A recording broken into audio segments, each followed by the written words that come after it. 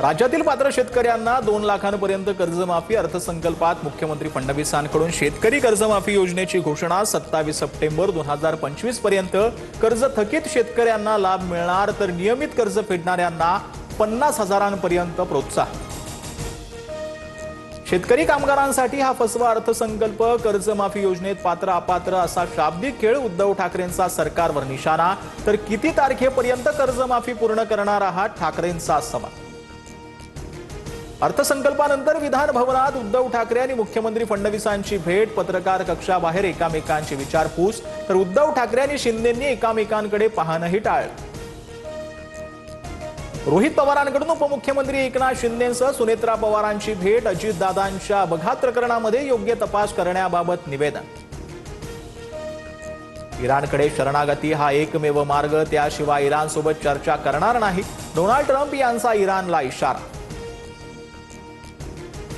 इराणी लोकांना कमी लेखून चर्चा होणार नाही, आमच्या राष्ट्राच्या सार्वभौमत्वाचं रक्षण करण्यासाठी आम्ही प्रयत्नशील, इराणचे राष्ट्राध्यक्ष मसूद पश्तिकियान यांचं ट्विट।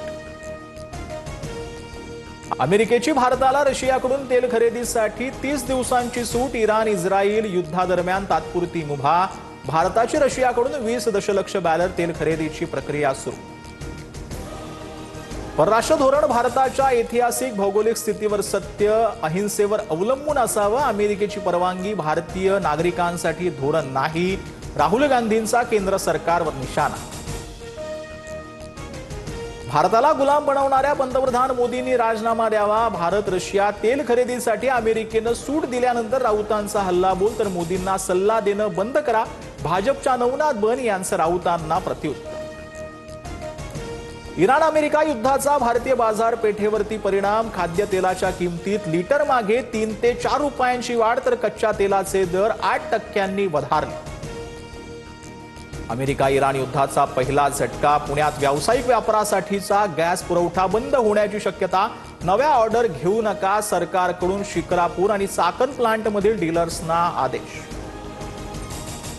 भारतीय कंपन्यांना होर्मुझ न वापरणाऱ्या मार्गानेही गॅस आणि तेलाचा पुरवठा उपलब्ध, तात्पुरता व्यत्यय असला तरी पुरवठा सुरळीत राहणार, ग्राहकांनी काळजी करू नये, सरकारचं आश्वासन।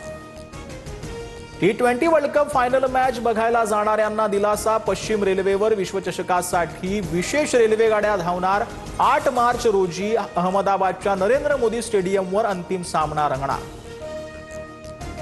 मुंबईतील सायन रेल्वे पूल 15 ऑगस्ट रोजी वाहतुकीसाठी खुला होणार, पालिकेच्या स्थायी समितीची 7 कोटींच्या वाढीव खर्चाला मान्यता, पुलासाठी आता 49 कोटी 96 लाखांचा खर्च। बुलढाण्यामध्ये क्षुल्लक कारणावरून 2 गटात दगडफेक, लहान मुलांच्या भांडणावरून वाद झाल्याची माहिती, परिसरात तणाव, पोलिसांचा बंदोबस्त तैनात। रत्नागिरीच्या खेडमधील लोटे MIDCतील डॉक्टर खान कंपनी स्फोट, आगीमध्ये 11 कामगार जखमी, 5 जणांची प्रकृती चिंताजनक।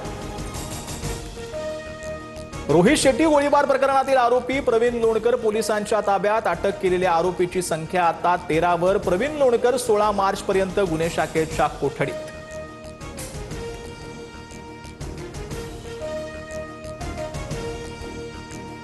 नागपूरच्या